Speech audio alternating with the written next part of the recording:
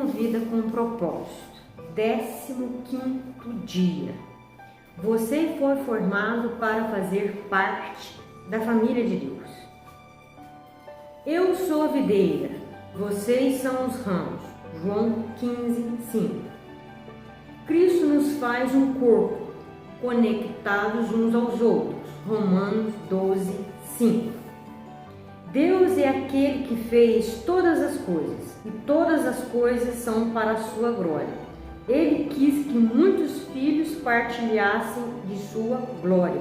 Hebreus 2:10. Vejam como é grande o amor que o Pai nos concedeu, sermos chamados filhos de Deus, o que de fato somos. 1 João 3:1. Você foi formado para ser parte da família de Deus. Deus quer uma família e criou você para ser parte dela.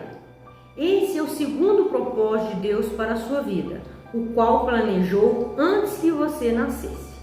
Toda a Bíblia é a história de Deus formando uma família que irá amá-lo, honrá-lo e reinar com ele para sempre. Ela diz: seu plano imutável sempre foi nos adotar para a sua própria família, trazendo-nos a si mesmo por meio de Jesus Cristo. E isso lhe trouxe grande prazer. Deus é amor, por isso dá um imenso valor aos relacionamentos. Sua própria natureza é definida em relação aos relacionamentos. Ele identifica a si mesmo em termos familiares: Pai, Filho e Espírito Santo. A Trindade é um relacionamento de Deus consigo mesmo.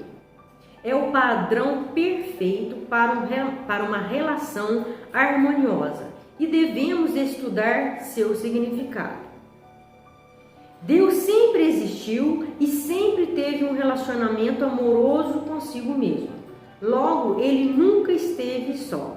Ele não precisava de uma família, mas desejou uma. Então arquitetou um plano para nos criar, trazer-nos para a sua família e dividir conosco tudo o que ele possui. Isso dá a Deus um grande prazer. A Bíblia diz: foi para ele um dia feliz quando nos deu nossa vida, por meio da verdade de sua palavra. E nós nos tornamos, por assim dizer, os primeiros filhos de sua nova família.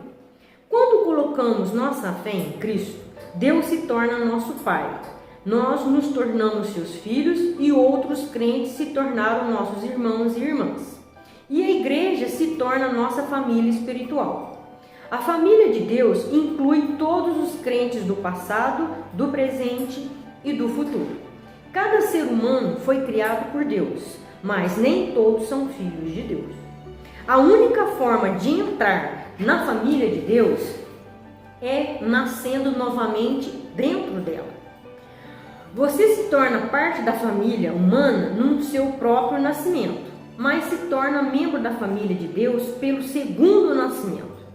Deus nos deu o privilégio de nascermos de novo, de modo que agora somos membros da família do próprio Deus. O convite para sermos parte da família de Deus é universal, mas há uma condição: a fé em Jesus. A Bíblia diz: todos vocês são filhos de Deus mediante a fé em Cristo Jesus. Sua família espiritual é ainda mais importante que sua família física, porque durará para sempre. Nossas famílias na terra são maravilhosas dádivas de Deus, mas são temporárias e frágeis, frequentemente rompidas pelo divórcio, a distância, a velhice e, inevitavelmente, a morte. No entanto, nossa família espiritual, nosso relacionamento com os outros crentes, irá continuar pela eternidade afora. É uma união muito mais forte, um laço mais permanente do que parentesco de sangue. Sempre que Paulo parava para pensar no propósito eterno de Deus para todos nós, ele rompia em louvores. Quando eu penso na sabedoria e na extensão do seu plano, eu caio de joelhos e rogo ao Pai de toda a grande família de Deus. Alguns deles lá em cima no céu e outros embaixo na terra. Os benefícios de fazer parte da família de Deus. No momento em que nasceu espiritualmente na família de Deus, você recebeu alguns presentes espantosos. O nome da família, a aparência da família, os privilégios da família, o acesso à intimidade da família e a herança da família. A Bíblia diz: por ser filho, Deus também o tornou herdeiro. O Novo Testamento dá grande ênfase à nossa valiosa herança. Ele nos diz: o meu Deus suprirá todas as necessidades de vocês, de acordo com as suas gloriosas riquezas em Cristo Jesus. Como filhos de Deus, temos uma parte da fortuna da família. Aqui na terra recebemos as riquezas da sua graça, sua bondade, sua paciência, glória, sabedoria, poder e misericórdia. Mas na eternidade nós vamos herdar ainda mais. Paulo disse: eu quero que vocês percebam o quanto é rica e gloriosa a herança que ele tem dado ao seu povo. O que exatamente abrange essa herança? Primeiro, seremos levados para estar com Deus para sempre. Segundo, seremos completamente transformados para sermos como Cristo. Terceiro, seremos livres de toda dor, sofrimento e morte. Quarto, seremos recompensados e reassumiremos posições de trabalho. Quinto, seremos levados para participar da glória de Cristo. Que herança! Você é muito mais rico do que pensa. A Bíblia diz: Deus reservou uma herança inestimável para os seus filhos. Ela está guardada no céu para vocês, pura e incorruptível, longe do alcance de mudanças ou da decadência. Isso significa que a sua herança eterna é inestimável, pura, perpétua e protegida. Ninguém pode tirá-la de você. Ela não pode ser destruída pela guerra, por uma economia deficiente ou por um desastre natural. É por esta herança eterna e não pela aposentadoria que você deveria estar ansioso e se esforçando. Paulo diz: tudo o que fizermos, façam de todo o coração, como para o Senhor e não para os homens, sabendo que receberão do Senhor a recompensa da herança. Aposentar-se é uma meta tacanha. Você deveria estar vivendo na luz da eternidade. Batismo, identificando-se com a família de Deus. Famílias saudáveis têm orgulho de si mesmas. Seus membros não se envergonham de serem reconhecidos como parte da família. Lamentavelmente, conheci muitos crentes que, ao contrário do que Jesus ordenou, jamais se identificaram publicamente com suas famílias espirituais. Ou seja, não foram batizados. O batismo não é um ritual opcional a ser atrasado ou postergado. Ele significa sua inclusão na família de Deus e anuncia publicamente ao mundo: eu não tenho vergonha de ser parte da família de Deus. Você já foi batizado? Jesus ordenou que esse belo ato fosse realizado por toda a família. Ele nos disse: portanto, vão e façam discípulos de todas as nações, batizando-as em nome do Pai, do Filho e do Espírito Santo. Durante anos eu quis entender por que a grande comissão de Jesus deu ao batismo a mesma importância das grandes missões de evangelismo e edificação. Por que o batismo é tão importante? Então percebi que é por simbolizar o segundo propósito de Deus para a nossa vida, a participação na família eterna de Deus. O batismo é carregado de significado.